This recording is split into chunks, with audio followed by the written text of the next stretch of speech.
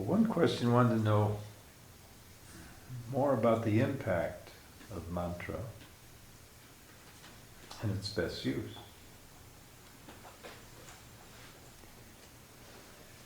Very simply, mantra is a help.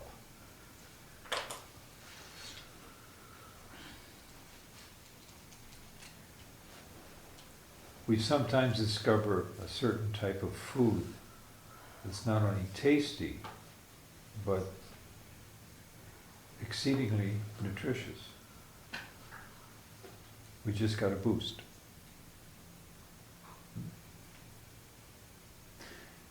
We sometimes hear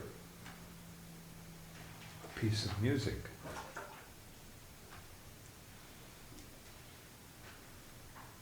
and it's been around a long time, but we just never had the opportunity, or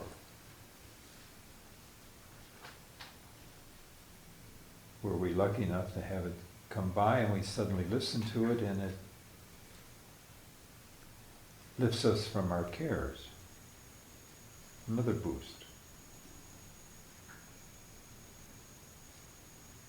The mantra is probably one of your major boosts, as it were. Because the mantra is designed for you. It's not arbitrary. It's not just plucked out of somebody's mood that day. No. This is one that's designed for you to touch those qualities, interests, desires that constitute your specialness.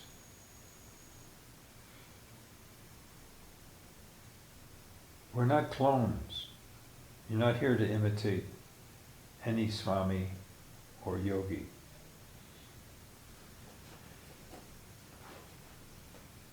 The creativity of human beings is limitless. Think about it. All the people you know, they may have gone to the same schools, grew up in the same neighborhood, basically had the same environment, but yet how different they've turned out. Because that's the expression of who they are. Now the mantra does not want in any way to suppress or alter that, except in the sense that it is going to expedite your basic desires to be the kind of person you want to be. That's what the mantra is for.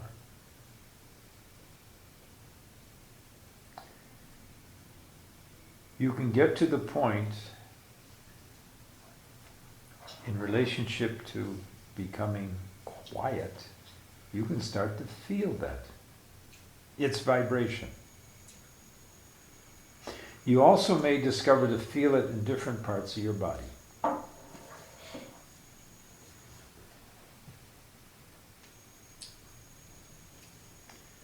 Mantras are given in one of three areas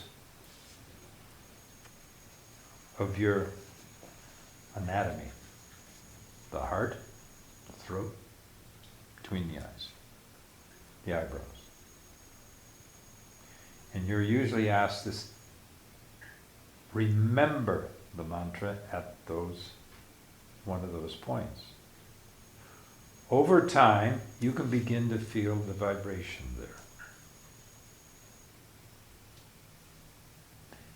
And that's a very encouraging sign. Huh? It's meant to come. It will. So there's a reciprocity here. The more you are silent, quiet, tranquil within, the more the mantra is exerting its dynamism upon your personality and bringing out those qualities that you want. It's not meant to suppress, overcome, substitute. It's meant to enhance, strengthen. expand. That's what the mantra is for. Now, you can say it, you can remember it as you drive, preferably with your eyes open. You can say it during the day. If it's a humdrum job, just start saying your mantra. You can even get to the point where it just goes on its own. You say, oh, you're remembering it. And the wheel of your remembrance just keeps turning out the sound. It will protect you. Seriously. It'll increase your intuition. It will bring to you what you need in order to progress.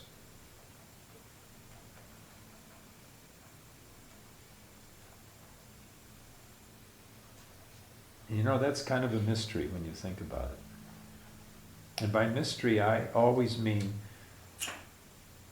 there's a depth of truth here that it's hard to penetrate, to grasp. But the more we explore it, the more that revelation comes to us.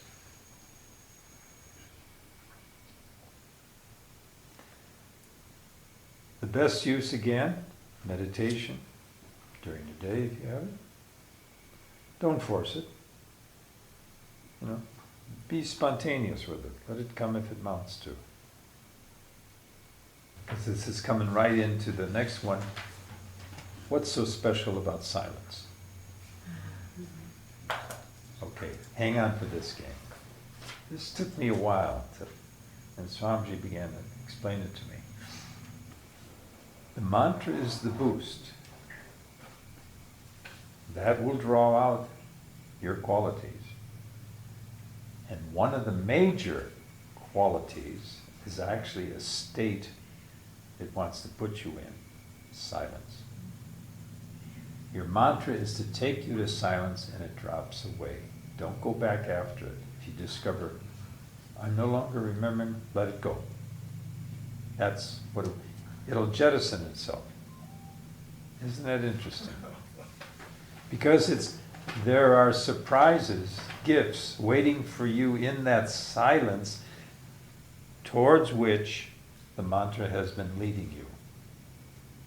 Swami used to love to use the word, the mantra leads. You say, where? To the silence. Why? Because that's where the treasures are. Waiting you. Awaiting you.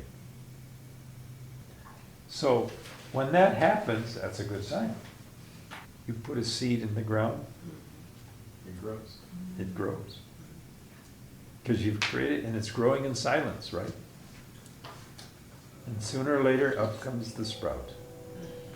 The beginning of the manifestation that was already there in the silence. So, as you enter into the silence, that's what you're doing.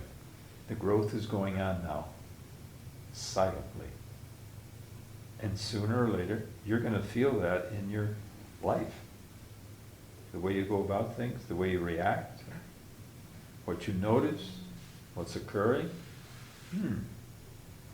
You've all had these experiences by now. And so, that's what I say is part of the mystery that occurs. And you just have to experience that to prove it. This is interesting. I'm not quite sure what the person means when, can you do silence at home? Does that mean not answering the doorbell? Or you can be quiet at home. Why not, if you want? But I presume you do silence wherever you can, if that's what you want. Somebody wanted to know what are the best yoga scriptures. Well, there aren't too many. The sutras are the leading one, and you've got the various commentaries. We have all kinds of histories and mythologies, both from the East and the West, to read. But the centerpiece of yoga is the sutras. And there are all kinds of commentaries on that particular work. What does samadhi feel like? Oh boy. Are you ready for this one? Is it the same for everybody? I want to make an analogy. And I have to call upon you because you have had experiences I will never have, even if I tried. Those of you who have given birth, what did you feel like when the child was finally born? You had a taste of samadhi. So, I'm serious. It's hard to elaborate, huh? It's those ascetic arrests. That's a taste of samadhi. It's when you suddenly, you've accomplished something, you work so hard and you finally pulled it off. You're not brazenly gloating or showing off, you're just, wow. It's that kind of, as you say, euphoric feeling that rises. So those are tastes. And we do have them. Samadhi does not come at the end. You are progressing into it. Think about what I've just said now. You're progressing into enlightenment, progressing into self-realization. You're increasing your freedom from sorrow, from sadness, from self-doubt. Gradually.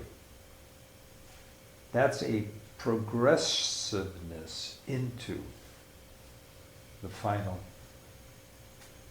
summary of it, where you'll never leave it. You're there. You're at the pinnacle.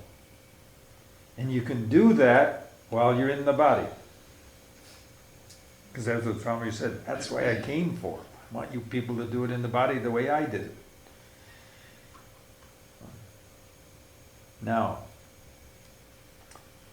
as you start more and more becoming at ease and at home with your mantra, you're going to start to know the future. Spontaneously. And it will come when you least expect it. You'll just have, wow.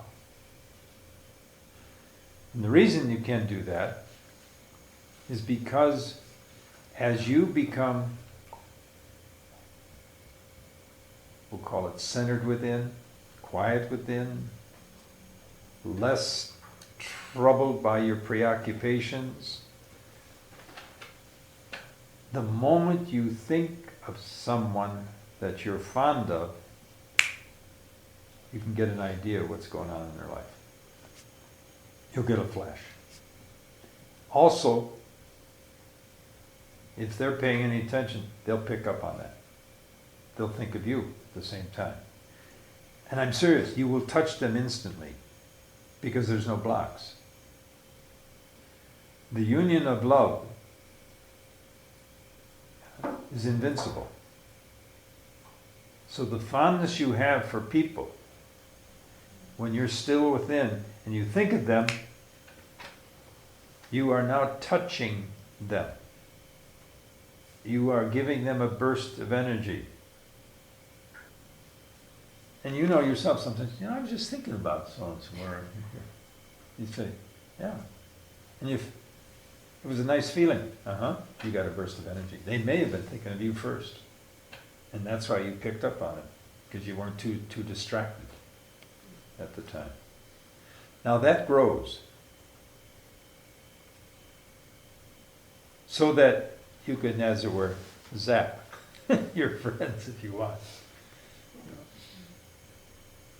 You can say, I hope so-and-so is feeling good. I want her to feel good right now. You did it. You concentrate at the heart, not up here. You got it? Here. This is where all the power is for that. That's important. You got to go to the heart chakra. If you want to create a new idea, if you're stuck, and you're trying to make up your mind, go to the throat. That's where all your creativity is. As you experiment, and you should, with these powers, as it were, you'll start to get familiar with them. Because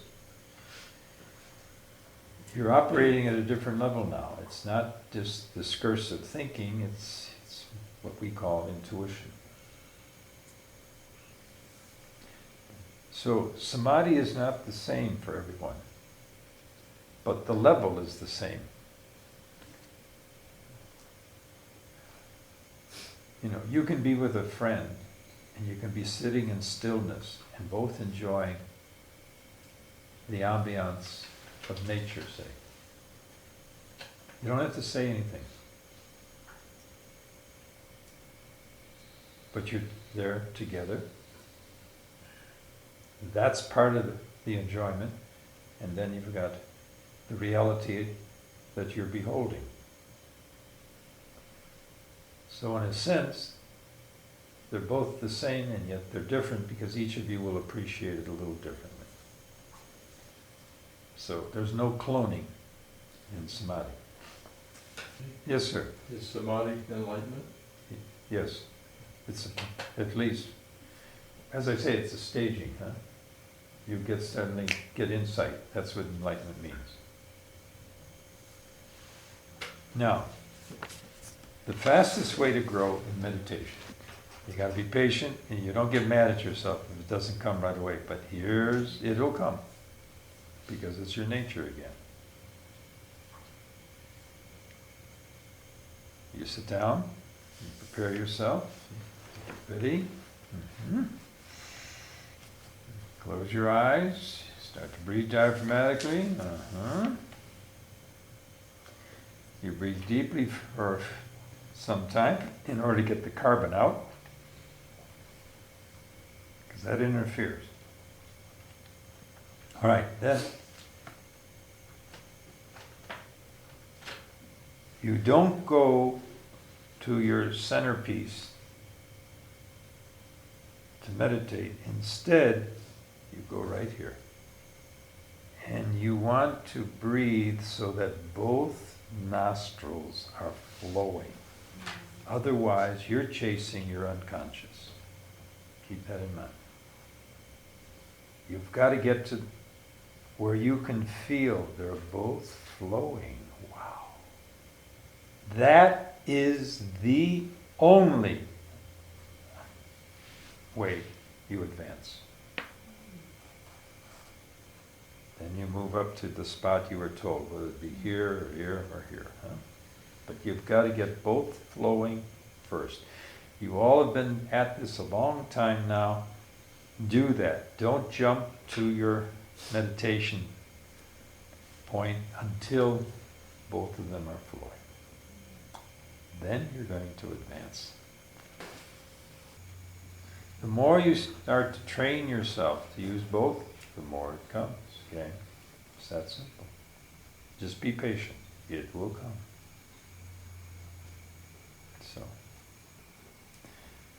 So, somebody wanted to know a question about death. So I want to touch on that a little bit. Do people linger after they've left their body?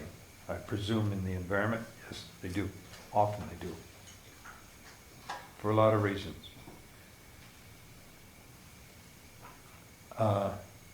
They're very attached to where they lived.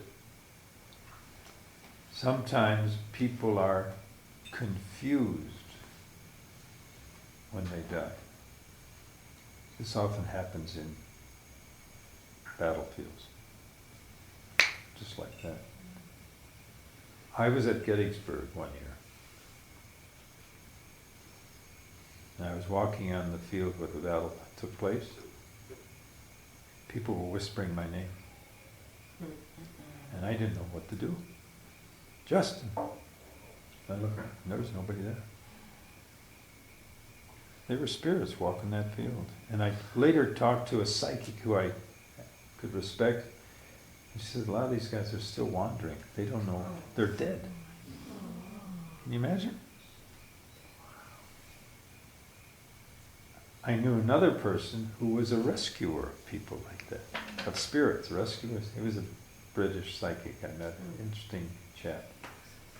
And then I met my friend who was the poltergeist, John Pierce Higgins. And he would sometimes meet spirits that would cling to a home, and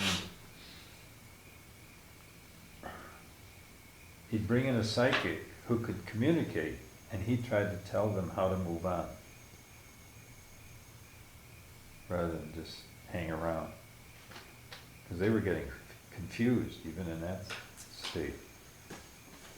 And Swamiji told me that, and it was interesting, I've heard this before in America. He said, there is a light that's trying to draw them up. It's like a light at the end of a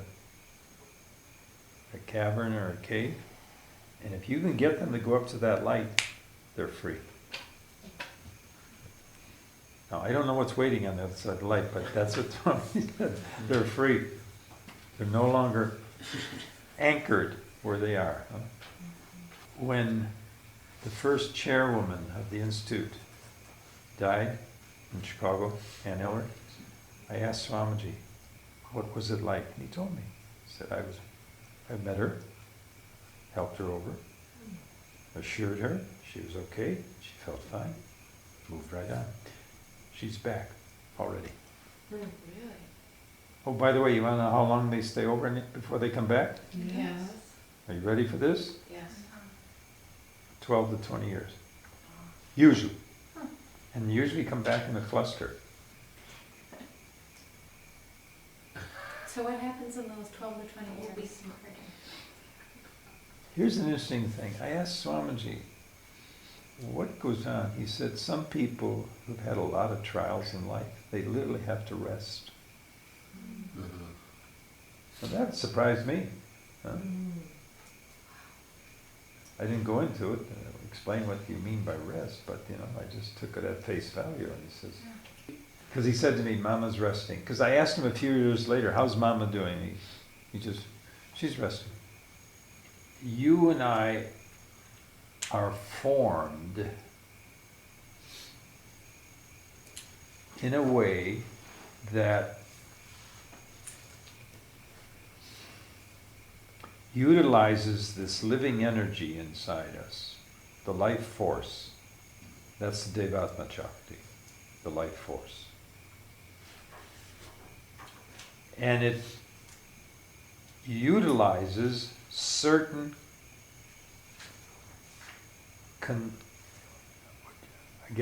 consolidated areas in your body. And there's 6 of them. And what do we call them? Chakras. The chakras. Got it?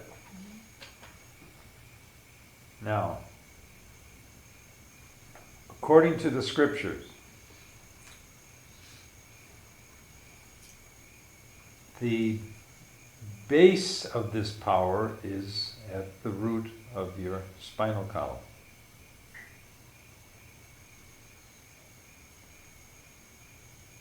And there are enormous powers at that root, but that's the lowest form of the power. And by low form, I mean it's doesn't have a lot of versatility, excitement, and so on. People who are very grounded have a solid bottom chakra. You want that, actually, but you don't want to stay there, because you're just going to get fat. and lazy. I'm serious. That's the downside, excuse the pun, of that chakra. Now, Swamiji was passing through a town in India one year, and a tremendous commotion was going on in a small city. I don't know where. It wasn't Delhi, it wasn't Rishikesh, it was another town, but I don't know where. Maybe I've got it in my notes. And so naturally he was curious, what's going on here? Traffic had come to a halt in the center of town, the major crossroads in town. The police were there, the fire engines were there, the military was there, and they were calling out the mayor. You won't believe this. In the very center of the street where they cross, a yogi was sitting there. Now, nobody could budge him. The police came over, very husky guy. They couldn't lift him. He said, go ahead, keep trying. They brought wood, the wood broke. They brought iron bars that they bent. They had a crane come. The crane broke. And you know what he was doing? He was protesting. I won't move until that mayor comes. He said that. And he came. You wanted everybody here, you wanted this, recorded. If you had your iPhone, you'd be, all that. He said, there are too many deaths in town because the cars are going so fast, they're hitting people on bicycles. I want a stoplight here. Can you imagine the center of town had no stoplight, people just, and that's why they had so many killings. He says, this is not the way you treat your people. And if you don't put a stop sign, I'm sitting here. You can't move me. Try. They couldn't. He used the bottom chakra. Do you know what the bottom chakra is related to? Earth. Where to move him, you had to move the planet. And Swamiji told me that, and he just laughed and laughed. He said, because he knew what was going on, and he knew what power he was using. He just got a big charge out of it. He said, and it was a good experience for him, actually, too, to see the power of that, of the chakras when it's used in a good way. Each of them has, you might say, certain special qualities as you move up the spinal column. They're related to, but not identified with, notice the distinction, the nerve plexes. And you have 6 major chakras. Everybody says the 7 ones. I'll get to that one. It's not quite a chakra. It's something else. So the 6 major ones go up. Now, because you are meditating, gang, I'm serious about this. You've got the sensitivity and you've got the mantra of your initiation. You have accessibility to these chakras that an average person doesn't, even if he reads the book on it. What I'm getting at is that if you go to that chakra and say the sound, you're going to get effects. You cannot miss. They never strike out. It doesn't necessarily mean you'll be as effective as you'd like to be, but you will have some effect unless the subconscious of the person prevents you. Because even Swamiji couldn't go against somebody's will. He used to go like this when he said, I wanted to help them, but they don't want it. They won't let me in. So here, let's take this one. This is the really powerful one. The solar plexus. Think about that term. That we even already have an inclination of what the yogis know by going here and run. This is where the fire is. And you are to visualize it as a triangular fire coming up towards the sternum. Excuse me. Sound always has a shape. Think about that. Always. So you can either concentrate on the shape or you can remember the sound. Either way will work. Because some of you can visualize well, so you feel comfortable with a visualization. Most people, it's easier to say the sound. Remember Ram. Now, if you eat something at a restaurant, I'm serious, go right here. Take a minute, concentrate on rum, stir up the fire, and you'll be surprised. You might not have a stomach ache. If you want to communicate with somebody who you love, right here, the heart. And the heart has a star, one pointing up, one pointing down. You're star-crossed, so to speak, because you're joined here. This is where love comes, right here. And that's why I'm saying, if you want to communicate with somebody who you know and like, think about them there, and bing. Also, if you're doing an interview, or if you're talking to someone who gives you a rough time sometimes, talk as if you were talking from here and watch the impact. It's interesting to see. No aggression. Just talk from here. This, again, is the creative. This is where the artists, the poets, this is what's pulsating in them. Now, I had an interesting experience I wanted to just share with you, which surprised me. I once had to give a lecture to a women's organization of former nuns, of all things. There were about 150 of them, and they wanted to know about meditation and what was the yogic tradition. They'd heard about it. I spoke for almost 2 hours without stopping. I was on a roll. And they thanked me. They were very gracious, gave me a nice fee, and I sallied home. I wanted to get home. It was a nice fall day. Now here's something interesting. When I got in the car, I raised my hand to straighten out the rear view mirror, and I felt a flush of heat hit my hand.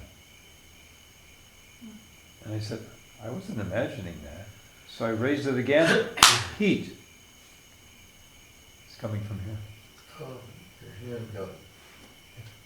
The heat was just pouring out because all that energy, that creative energy of this talk that I was giving.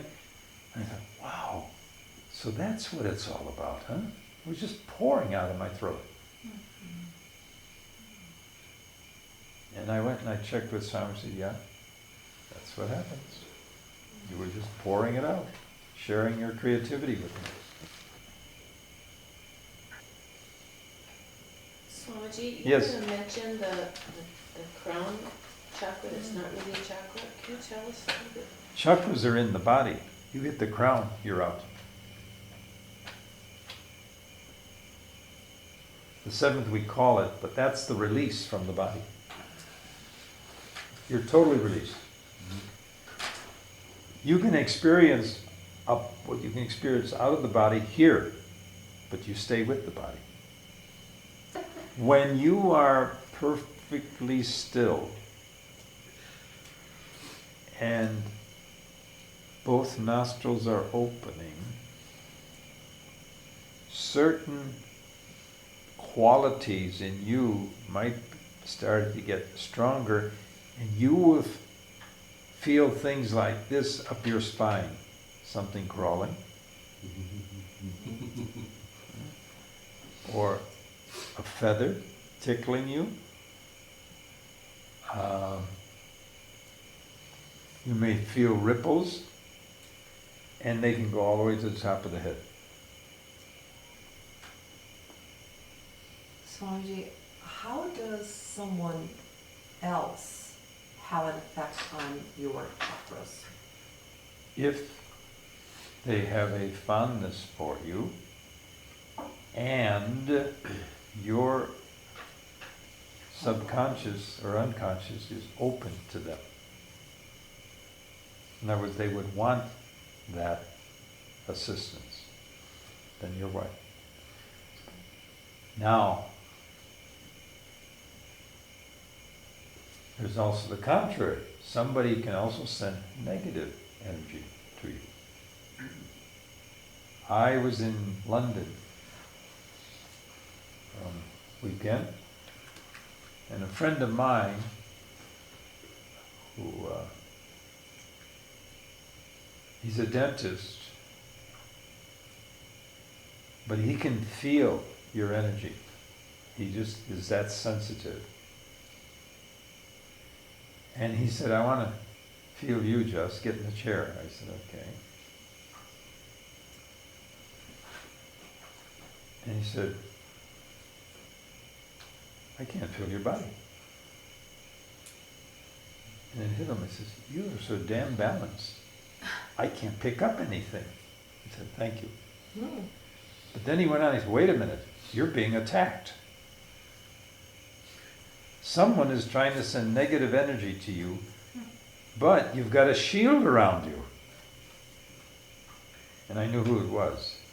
And I gave him the name. He said, yeah, that's the name that's doing it to you. I said, that's what I thought. But I think the shield was because we're in the tradition.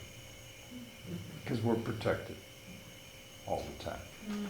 Swamiji, can you talk about techniques on how you raise the Devatma Shakti? What blocks it is a distorted lifestyle. It's always trying to rise, to develop you. It's built in that way. You don't have to beg it. Now, so, cultivating a life of virtue, learning to live less stressfully, as it were.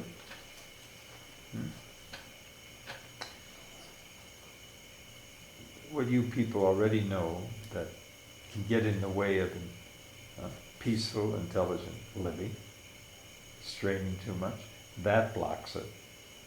Now, what can enhance it? Diet, exercise, because you are improving your metabolism. It all works together, body and mind here.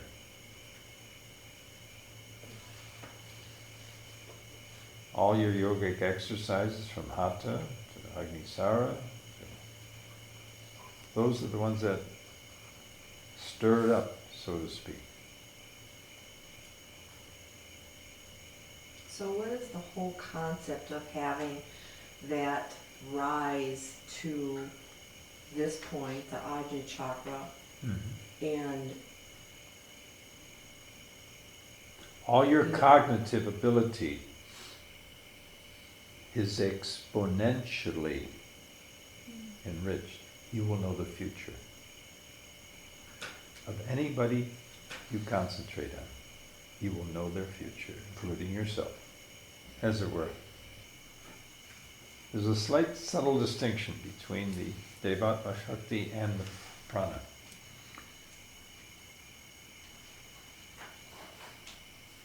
I don't know why they make it so complicated in this, the philosophy of enlightenment here. But I think prana is somehow that aspect of the Devatma Shakti that is even more palpable. You can feel it in your body. It's subtle, but yet you can still feel it. So, the way I like to compare, when it expands fully here, it'd be like somebody who was tone deaf and utterly colorblind suddenly see colors and can hear music. Now, Swamiji, I saw him touch a woman and she went to heights. She went all the way. And she carries that forth into the next life. That's what I like. I have to tell you a strange story. It's a sad story, but you should hear it. When I was with Swamiji at Honesdale, we had a lot of people come in and volunteer. Excuse me, remember this is the hippie era. And so there were a lot of people there who lived there and just worked. And there were two sisters. Both of them were obese. And they tended to be quite morose in their attitude on life. And I thought to myself, there was no way. I tried to reach him. No. And Swami said, don't worry, Jess, you can't. So one day, they had a car, and they liked to go driving into town, get a cup of coffee, and do that. Town was about less than 15 minutes away from us. We were about 5 miles outside town. And one of the real close students of Swamiji there went out and wanted to borrow the sister's car, and they said, sure, take the key. And Swamiji looked out the window, and he just jumped up. I was in the room, and he dashed out. And he just scolded that woman for taking the car. Getting in, he stopped her. He got right in the way of the car. He stopped her. He said, get out of that car. Give those keys back. Don't you ever do that again. No explanation. He just hit her with all the anger that he normally would do. And she got so upset, she got into a huff and walked off, and turned the keys in. And I'm thinking, what's going on here? And he looked at me and said, that's a death wagon. I didn't know what he meant. Okay, hang on. About 6 weeks later, less. When you left the Institute, you got on the road suddenly started to slope, and you didn't realize how much speed you were picking up. And as you get down to the bottom of the slope, there was always ice. Okay? So one day the two sisters decided to go into town. And they picked up speed going down. And when they got to the base, they'd swerved the car and went right into a tree. Both the driver, who was the lead of the two sisters, was killed instantly, the brain concussion, and the other had a broken collarbone. And I'm thinking, well, Swami, they're your students. And he hands me a letter. And I open up the letter, and it's from the one sister. She says, Swamiji, I do not want to live anymore. I do not like this life. People don't like me. And it went on and on and on. So please, don't get in my way. I want to take my life. He said, okay. That's why he told that girl not to use that car, because that car already was full of the karmic death wagon, put in the car by this woman who'd been thinking about it. She lived, So that's why he didn't want her to be in that car in case something might have happened. And the reason he didn't sit there and explain it to her is because he wanted to make his point. Because he didn't want her to touch that car. Because he might be out of town, or in New York, she might decide, I'm going to borrow that car. He didn't want that, so that's why he came down on her so hard.